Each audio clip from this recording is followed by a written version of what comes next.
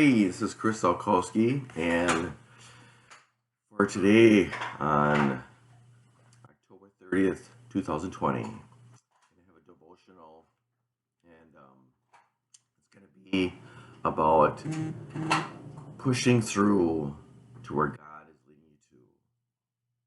It's pushing through amidst what you're seeing. Because sometimes, we get discouraged by what we see. We get discouraged. I get discouraged when I see that something breaks down in my lawnmower broke down like a month ago. I'm very discouraged. I'm thinking, forget it. Why do I even do anything?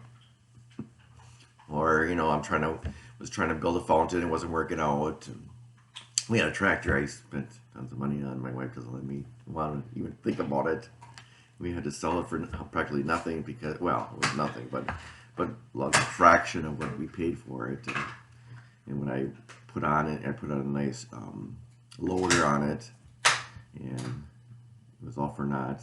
But because it wasn't working, it kept not working, and so we even had people looking at it, and so it gets frustrating because it's like, what are you doing, God?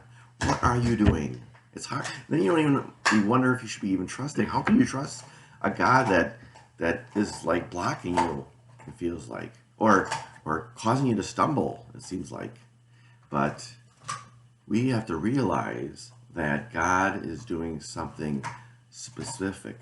His ways are not our ways, it says in the Bible. So obviously, it's going to look like he's not doing what he's supposed to do because we can't understand his ways. So what does it say? Lean not in your own understanding, but acknowledge him and trust him, and he will, what does it say? Direct your path. So that's the thing. We put aside our own understanding. And not to say that we don't have some, and we should be seeking the understanding constantly. God, show me, give me wisdom, give me revelation on things. But we don't lean on it.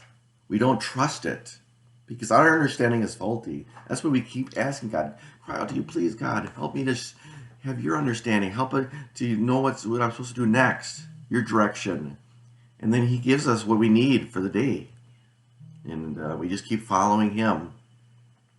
And too many times we start relying on our own understanding. We get frustrated because of it. That's why we should be trusting God, pushing through, and even though we can't understand it. Sometimes we can get frustrated. Our emotions rise up because things aren't working out the way we think they should. Or we get hurt because somebody, thwarts our plans, or things are, you don't feel cared about because of whatever reason. Because maybe somebody, hurt you, that was a good friend, and you're like, oh, they were my good friend. Now what do? I don't have a good friend anymore. What's God doing? Or, you were spending time or doing something together, and all of a sudden now they don't want to do anything, or they've moved. Now what are you supposed to do? They were, you had a project with them or something. So that doesn't mean you stop the project, or that means you cry out to God more because he's got a plan. And we have to figure out, he knows. He didn't direct you that way. Just say, oh, well, darn, oh, that person left. I forgot I was going to have that person leave to a different state. Now now it's all messed up. Don't forget about that part of your life. No, he uses all things according to his glory in everything you do, and everything that's happened in your life. He uses it. He uses everything, and so because he knows what's going to happen in the future, he knows how to use it already. So whatever happens in your life, he's got a plan for it. He's got a plan for it. I've seen it over and over and over because me and Kristen have cried out to him, and he's used every single thing in our lives for his glory and for our benefit. Because we follow him and we trust him and we cry out to him.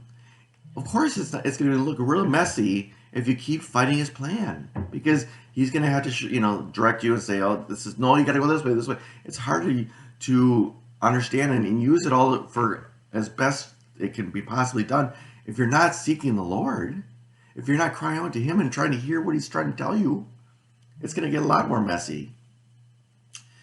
So that's the devotional, and the news that kind of correlates with some of this is that it looks good when somebody says, "Oh, I do everything for the Lord. I I base everything what I do on what God tells me to do, or what the Bible says." And Biden has been saying that. He's just saying, "Oh, my faith guides my policies." And if you know some of his policies, specifically the Catholic ones, the Catholic leaders, cry foul. Basically, call them out and says, "How can you even say that when you are pro-choice? When you are for killing babies?" And I know there's probably people out there that are pro-choice and stuff, but you have to be able to realize, without getting emotional, putting your own understanding aside, and know that in the womb, God already knows there's a soul in there. There's a soul, there's a person inside that body already. By the time you find out there's a pregnancy, it's already forming. And it's already planned for God. That's why an abortion is not just a bunch of cells, and it's actually a whole different DNA than the mother. That's because God is forming it. It's like thwarting his plans when you get an abortion. It's like thwarting his plans because he never planned to have it taken out and died and killed. Now, maybe you had an abortion. It's like any other sin. God wants to forgive you and restore you. He has a plan for that too. Not that he knew that was going to happen, or it's not that he wanted that to happen, but he knew. He knew they were going to be weak, be deceived or frustrated or whatever caused you to move in that direction, because we don't know. We are ignorant, but God is faithful, and God uses everything.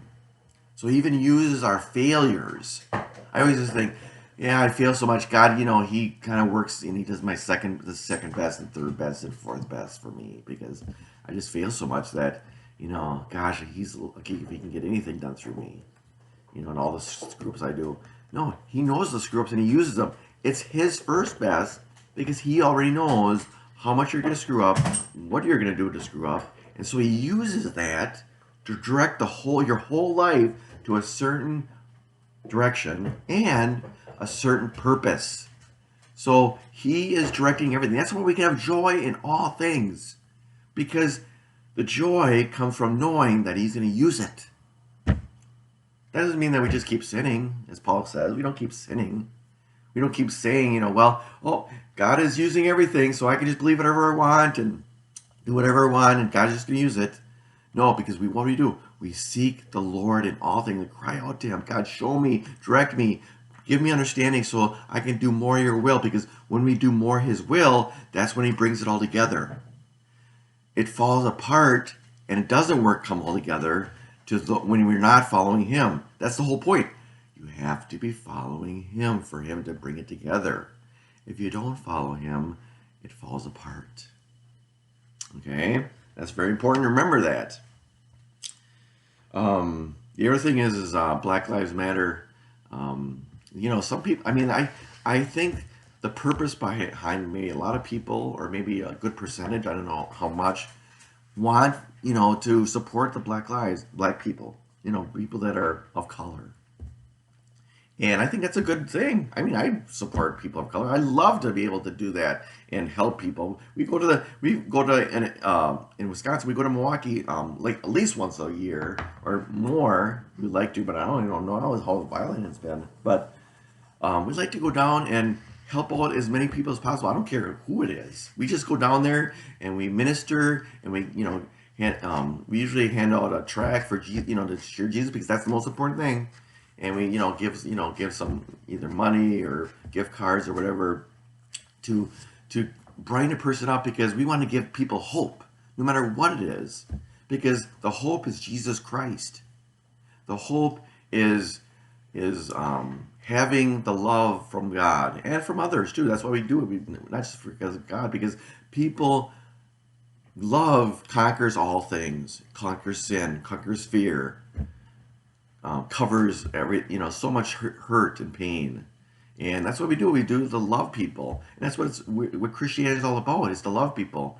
But Black Lives Matter is not trying to love people. It's causing. It's they're saying all kinds of things that are hurting people. And I was just listening on the news and it says that they are constantly saying that their rhetoric is saying be violent, be destructive, do this, do that, which is very violent.